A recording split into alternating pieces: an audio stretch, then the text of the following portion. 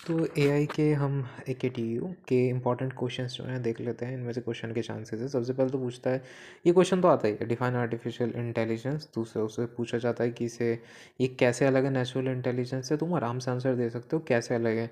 तुम जानते हो, देखो आर्टिफिशियल इंटेलिजेंस का क्या मतलब है। एक ऐसी मशीन जो इंसानों के काम कर सके, which is capable of executing, जो टास्क कर सकती है जो कि हम भी कर सकते हैं। ठीक है, मतलब इंटेलिजेंस का मतलब देखिए सिंपली होता है कि जैसे कि एक लकड़ी है, उसके अंदर इंटेलिजेंस नहीं है, तो मतलब ये है कि वो सोच नहीं सकती, समझ नहीं सकती, बस ग्रो कर सकती है। पर अगर वो लकड़ी अपने डिसीजंस खुद ले सकती है तो हम उसे इंटेलिजेंस में लेते हैं। और आर्टिफिशियल का मतलब क्या होता है, नकली।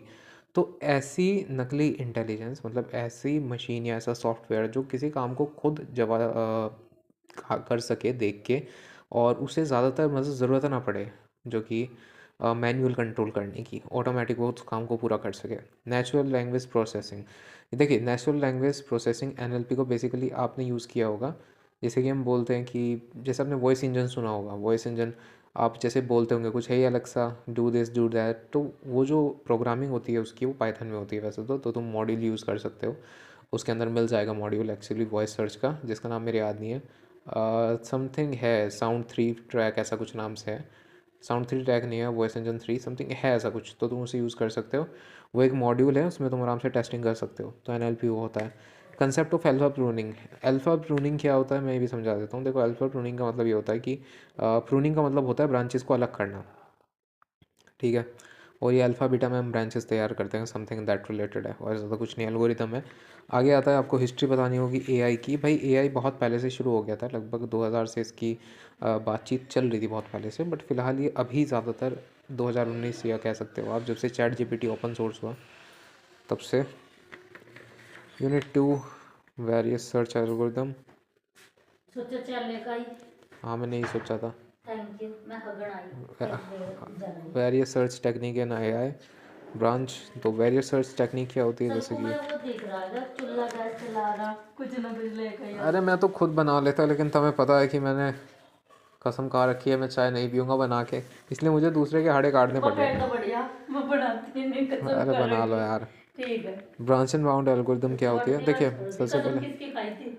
अरे महादेव की खाई थी। मैं सोचा माँ के खा ली। माँ की नहीं खाता मैं। ब्रांच एंड बाउंड एल्गोरिदम माँ की तो, हाँ यार माँ की कसम टूट जा कहीं बार। ब्रांच एंड बाउंड एल्गोरिदम क्या होती है कि देखिए हम एक ब्रांचेस बनाते हैं। अरे ये चीज़ें बहुत आसान है, मज़ा आ जाएगा तुम्हें इन्हें करने में। तुम्हें लिटरली लग रहा होगा कि ये टफ टफ टफ कुछ नहीं है इसके अंदर, तुम्हें बहुत मज़ा आएगा सबको करने में। समझ रहे हो, बहुत मज़ेदार है ये, और बहुत अच्छे से करोगे ना सब समझ आ जाएगा तुम्हारे। ब्रांच एंड बाउंड एल्गोरिदम कितनी आसान होती है भाई। ब्रांच एंड बाउंड का मतलब ये होता है कि मान के चलो मुझे सॉल्यूशंस निकालने हैं, एक चीज़ के कई सारे सॉल्यूशंस है, तो मैं क्या करूँगा, इसके सॉल्यूशंस निकालना शुरू करूँगा, और उसमें से जो ब्रांचेस मुझे सही नहीं लगेगी उस ब्रांचेस को काट दूंगा। मतलब मैं सिर्फ, वही सब होता है यार इसके अंदर, छोड़ो तुम। Local search, global search. देखो लोकल सर्च वो सर्च, जैसे कि मैं अपने लैपटॉप में सर्च कर रहा हूँ तो वो लोकल सर्च। अगर मैं उसे इंटरनेट पर सर्च कर रहा हूँ तो ग्लोबल सर्च। लोकल सर्च जो हमारे लोकल कंप्यूटर में लोकल जो फाइल्स होती हैं उनमें सर्च काम आ जाए। ग्लोबल मतलब जो सबके लिए है, लोकल मतलब सिर्फ तुम्हारे लिए, ग्लोबल मतलब सबके लिए।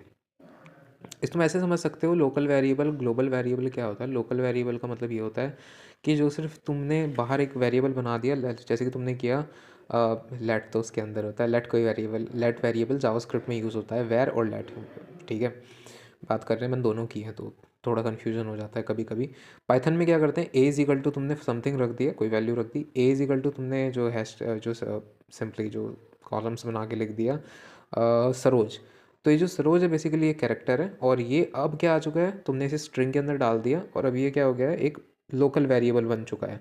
लेकिन अगर तुम इसी चीज़ को ऊपर जाते हो और मॉड्यूल बनाते हो, एक फंक्शन बनाते हो और उस फंक्शन के अंदर इसे लिख देते हो, तो बेसिकली ये ग्लोबल वेरिएबल हो जाएगा, मतलब वैसे ही काम करेगा। तो यहाँ पर आता है हमारा भैया अगला, which is basically stimulated.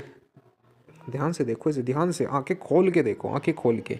Annealing search algorithm, और ये मुझे नहीं पता है अभी, एनेलिंग का मतलब नहीं पता है। लोकल सर्च एल्गोरिदम बेसिकली वही होगी यार, क्विक शॉट जैसी होगी मेरे हिसाब से। सर्च एल्गोरिदम वैसे डिफरेंट होती है, मैं अभी दूसरे में कर रहा हूँ। ट्रैवलिंग सेल्समैन का तो मुझे पता है, और ये करनी है तुम्हें जो मैं तुम्हें बता रहा हूँ। राइटिंग की तारीफ़ करने की ज़रूरत नहीं है, मैं जानता हूँ बहुत अच्छी है, और ये मैंने अभी बनाई है राइटिंग। मैंने इसके ऊपर भी एक वीडियो डाली थी राइटिंग इंप्रूव करने के ऊपर। ठीक है, यहाँ पर हमारी आती है यूनिट 3 जिसमें फॉरवर्ड चेनिंग, बैकवर्ड चेनिंग। चेनिंग का मतलब तो लिटरली तुम्हें पता ही होगा यार। Various application of domain of machine learning. Machine learning बहुत अच्छा कॉन्सेप्ट है, मैं कह रहा हूँ तुम्हें मज़ा आ जाएगा जब तुम इसे करोगे, दिल खुश हो जाएगा तुम्हारा सही में।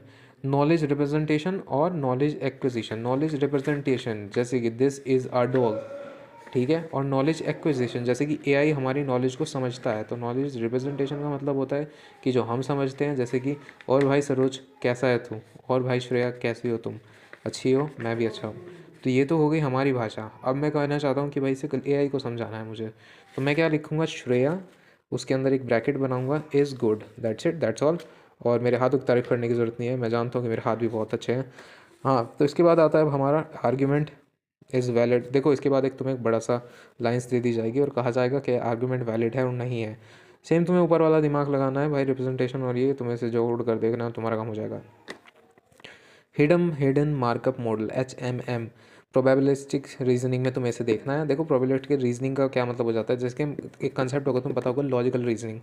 तो लॉजिकल रीजनिंग में क्या होता है, तुम्हारे बेसिक क्षमता समझी जाती है। प्रोबेबिलिस्टिकल रीजनिंग का मतलब ये होता है कि उस चीज़ की प्रोबेबिलिटी होने की क्षमता क्या है, तो उसमें हिडन मार्कअप मॉडल का यूज़ किया जाता है। यूनिट 4 यूनिट 5 मैं तुम्हें कल प्रोवाइड करता हूँ, आज हम यूनिट 3 तक करेंगे। मैं क्वांटम का इस्तेमाल करूँगा और जैसे हो सकता है अपना जुगाड़ी तरीके से मैं समझाने की कोशिश करता हूँ, और अगर भगवान ने साथ दिया तो समझा भी दूँगा लिटरली। और फिलहाल तो मैं वीडियो अपलोड हो रही है यहाँ पे, क्लाउड कंप्यूटिंग की मैंने डाल दी थी, और ये हो रही है वीडियो अपलोड, दोनों ही। तो ये हो जाएंगी, फिर देखते हैं। बड़ी अजीब सी बात है इसके अंदर, चलो बाद में देखता हूँ।